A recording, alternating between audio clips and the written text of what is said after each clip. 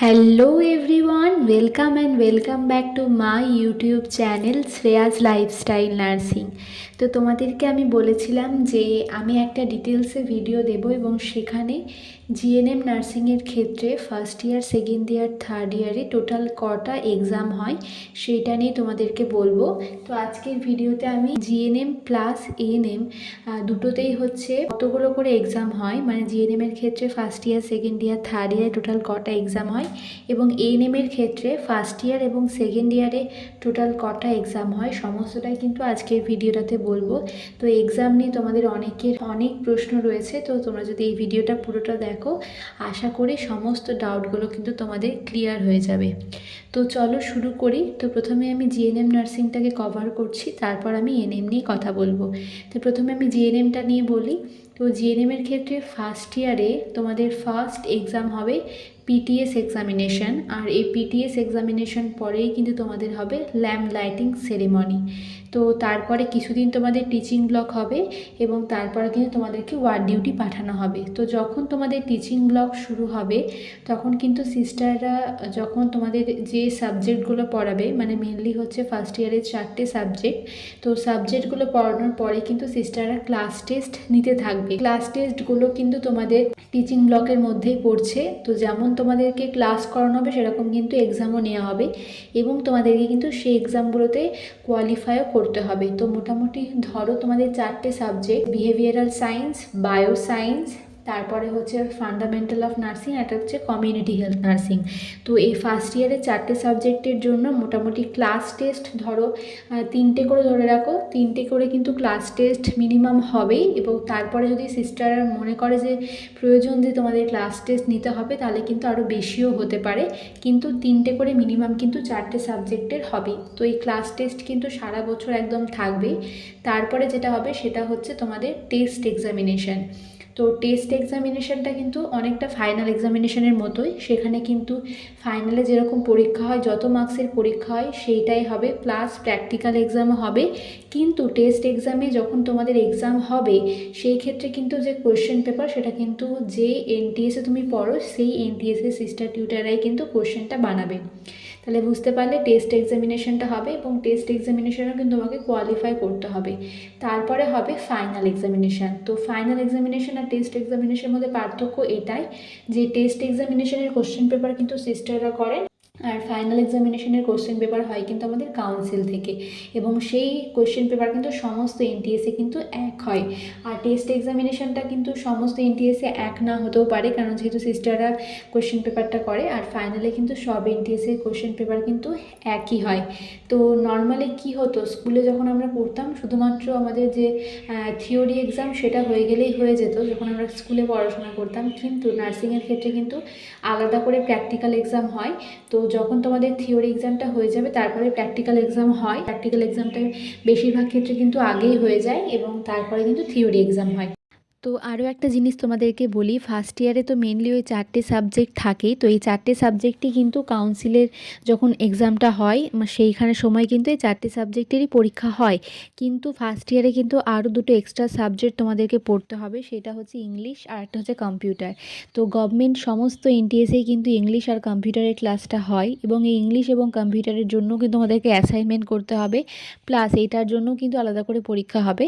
তবে এই নাম্বারটা কিন্তু যে ফাইনালে আমাদের যে নাম্বারটা আসে তার সঙ্গে কিন্তু যোগ হয় না, কিন্তু এই নাম্বারটা কিন্তু রেজাল্টে থাকবে এবং তোমাকে কিন্তু কোয়ালিফাইও কিন্তু করতে হবে। তো এটা ছিল টোটাল ফার্স্ট ইয়ারের কী কী এক্সামিনেশন হয়। এবার বলবো সেকেন্ড ইয়ার। তো সেকেন্ড ইয়ারে দেখো, সেকেন্ড ইয়ারেও কিন্তু 4টে সাবজেক্ট। তো এই 4টে সাবজেক্ট হচ্ছে পেডিয়াট্রিক, তারপরে হচ্ছে মেডসার্চ 1, মেডসার্চ 2 আর একটা হচ্ছে মেন্টাল হেলথ নার্সিং। তো এই 4টে সাবজেক্টের জন্য কিন্তু মোটামুটি 3টে থেকে 4টে করে ক্লাস টেস্ট তোমাদের সারা বছর ধরেই হবে। কিন্তু এই ক্ষেত্রে যে পিটিএস এক্সামিনেশনটা ফার্স্ট ইয়ারের একদম প্রথমে হয়, সেকেন্ড ইয়ারে কিন্তু এরকমই পিটিএস এক্সামিনেশনটা হয় না। তো এই সিস্টাররা ক্লাস করাবেন, মানে তোমাদেরকে টিচিং ব্লকে পড়াবেন এবং তারপর কিন্তু ক্লাস টেস্ট শুরু হবে। এবং যেহেতু 4টে সাবজেক্টের ক্লাস টেস্ট বললাম 3টে থেকে 4টে ধরে রাখো এবং তারপরে আরও বাড়তেও পারে, তো এইগুলো তো সারা বছর ধরে হবেই। তারপরে হবে টেস্ট এক্সামিনেশান।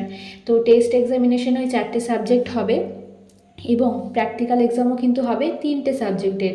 ফার্স্ট ইয়ারে কিন্তু প্র্যাকটিক্যাল এক্সাম হয় মাত্র হচ্ছে একটা সাবজেক্ট, সেটা হচ্ছে ফান্ডামেন্টাল অফ নার্সিং। বুঝতে পারলে? কিন্তু সেকেন্ড ইয়ারে কিন্তু 3টে সাবজেক্টের প্র্যাকটিক্যাল এক্সাম হয়। মেডসার্চ 1-2 এরও হয়, আর একটা হচ্ছে পেডিয়াট্রিকের হয়। তো এই 3টে মেডসার্চ 1-2টা একটার আন্ডারেই পড়ছে এবং পেডিয়াট্রিকটা কিন্তু আলাদাভাবে হয়। আর মেন্টাল হেলথ নার্সিংয়েরও কিন্তু প্র্যাকটিক্যাল এক্সাম হয়, কিন্তু সেইটা তোমাদের কিন্তু টেস্ট এক্সামিনেশনের কিছুদিন আগেই হয়ে যাবে। তোমরা যে সাইকিয়াট্রিক হসপিটালে ডিউটি করবে সেখানেই কিন্তু হয়ে যাবে, এবং সেইটাই কিন্তু একদম ফাইনাল এক্সামিনেশন হয়ে যায় মেন্টাল হেলথের ক্ষেত্রে। এবং সেই নাম্বারটাই কিন্তু তোমাদের যখন তোমাদের রেজাল্ট থাকবে, ফাইনাল রেজাল্ট সেকেন্ড ইয়ারে, সেখানে কিন্তু থাকবে। তো মেন্টাল হেলথের প্র্যাকটিক্যাল এক্সাম আগেই হয়ে যায়, আর ফাইনালের সময় সেটা কিন্তু আর হয় না। আর টেস্ট এক্সাম ওই 3টে সাবজেক্টের হয়, পেডিয়াট্রিক, মেডসার্চ 1 আর 2। আর এটা হয়ে গেল টেস্ট। আর ফাইনালে ওই কাউন্সিল থেকে কোশ্চেন করবে, তখন কিন্তু ফাইনালে এক্সামটা হবে ওই ডিসেম্বর কি নভেম্বর এরকম টাইমে হয়ে থাকে। আর তখন কিন্তু তোমাদের প্র্যাকটিক্যাল হবে মাত্র 3টে সাবজেক্ট, মেডসার্চ 1-2 আর পেডিয়াট্রিক, আর থিওরি হবে 4টে সাবজেক্টে। তো আশা করি সেকেন্ড ইয়ার নিয়ে তোমাদের ডাউটটা ক্লিয়ার করতে পেরেছি। এবার তোমাদের বলবো কিন্তু থার্ড ইয়ার নিয়ে। তো থার্ড ইয়ারে কিন্তু মেনলি দুটো সাবজেক্টই পড়ানো হয়, সেটা হচ্ছে অবস অ্যান্ড গাইনি, আর একটা হচ্ছে কিন্তু কমিউনিটি হেলথ নার্সিং। দুটো সাবজেক্টে কিন্তু পড়ানো হয়, এবং এই দুটো সাবজেক্টই কিন্তু রয়েছে সিলেবাসে। তো এই দুটো সাবজেক্টের মোটামুটি ধরো 4টে থেকে 5টা করে ক্লাস টেস্ট কিন্তু হবেই, তার থেকে বেশিও হতে পারে, কিন্তু কম হবে না। তো থার্ড ইয়ারে কিন্তু প্রচুর ক্লাস টেস্ট হয়, এগুলোতে কিন্তু তোমাকে কোয়ালিফাই করতে হবে। আর এই দুটো সাবজেক্টেরই কিন্তু হয় টেস্ট এক্সামিনেশন, প্লাস হচ্ছে এই দুটো সাবজেক্টের উপরেই কিন্তু প্র্যাকটিক্যাল এক্সামও হয়। আর এই দুটোরই কিন্তু হয় ফাইনাল এক্সামিনেশন, আর ফাইনালেও কিন্তু এই দুটোরই কিন্তু প্র্যাকটিক্যাল হয়। তো এই যে থার্ড ইয়ারে এই দুটো সাবজেক্ট তোমাকে পড়তে হবে, এটা তো ফাইনালে এক্সাম হবে, কিন্তু তার সঙ্গে সঙ্গে যখন তোমাদের লাস্ট 6 মান্থ চলবে, সেখানে কিন্তু তোমাদের চলবে হচ্ছে ইন্টার্নশিপ, এবং সেই ইন্টার্নশিপে কিন্তু আরও একটা বই পড়তে হয়, এবং সেই বইয়ের আবার দুটো ভাগে কিন্তু পরীক্ষা হয়। তো সেই নাম্বারটা তোমাদের ফাইনাল যখন রেজাল্ট বেরোবে, সেখানে অ্যাড না হলেও সেই নাম্বারটা কিন্তু তোমাদের ফাইনাল রেজাল্টে থাকবে, এবং তোমাকে এই এক্সামটাতেও কিন্তু কোয়ালিফাইও করতে হবে। তো থিওরি এক্সামটা তো তোমরা পড়ে পরীক্ষা দিয়ে দেবে, সেটাতে কোনো অসুবিধা নাই, কিন্তু প্র্যাকটিক্যাল এক্সামটা যে কতটা বড় মাথা ব্যথা সেটা আমি তোমাদেরকে বলে বোঝাতে পারবো না। কেননা পরীক্ষার আগে থেকেই আমাদেরকে করতে হয় হল প্রিপারেশান, তারপরে হচ্ছে হল প্রিপারেশান তো থাকেই, তারপরে সমস্ত জিনিস কিন্তু গুছিয়ে হসপিটালে নিয়ে যাওয়া, এবং তারপর আবার পরীক্ষা হয়ে যাওয়ার পর সেই সমস্ত জিনিস নিয়ে আসা, সমস্ত কিছু ঠিক মতো নিয়ে আসা। একটা জিনিস যদি হারিয়ে যায় সেই ক্ষেত্রেও কিন্তু রয়েছে প্রচুর প্রচুর হেডেক। তারপরে হচ্ছে যে যেহেতু আমাদের বাইরে থেকে এক্সটার্নাল আসে, তো সেই জন্য একটু ভয় তো থাকেই সবার। আর যেহেতু আমরা পরীক্ষা কিন্তু সমস্ত এনটিএসেই কিন্তু জিএনএমের ক্ষেত্রে কিন্তু পেশেন্টের ওপরেই হয়। তো যেহেতু পেশেন্টের ওপরে এক্সামটা হয়, বুঝতেই পারছো যে কতটা কেয়ারফুলি আমাদেরকে করতে হয়। তারপরে যেহেতু পেশেন্টের ওপর, তাই সমস্ত জিনিস কিন্তু একদম অ্যাসেপটিক টেকনিক মেনটেন করে করতে হয়, এবং সমস্ত জিনিস তৈরি করা, ছোট ছোট জিনিস কটন বল থেকে শুরু করে সমস্ত জিনিস কিন্তু পরীক্ষার আগে তৈরি করতে হয়। তো তোমরা হয়তো এখন এটা বুঝতে পারবে না, তো একটু আধটু জেনে রাখো, যখন তোমরা নার্সিং ট্রেনিং স্কুলে যাবে এবং যখন তোমাদের এক্সাম আসবে, তখন তোমরা দেখলেই বুঝতে পারবে যে কতটা কী করতে হয়।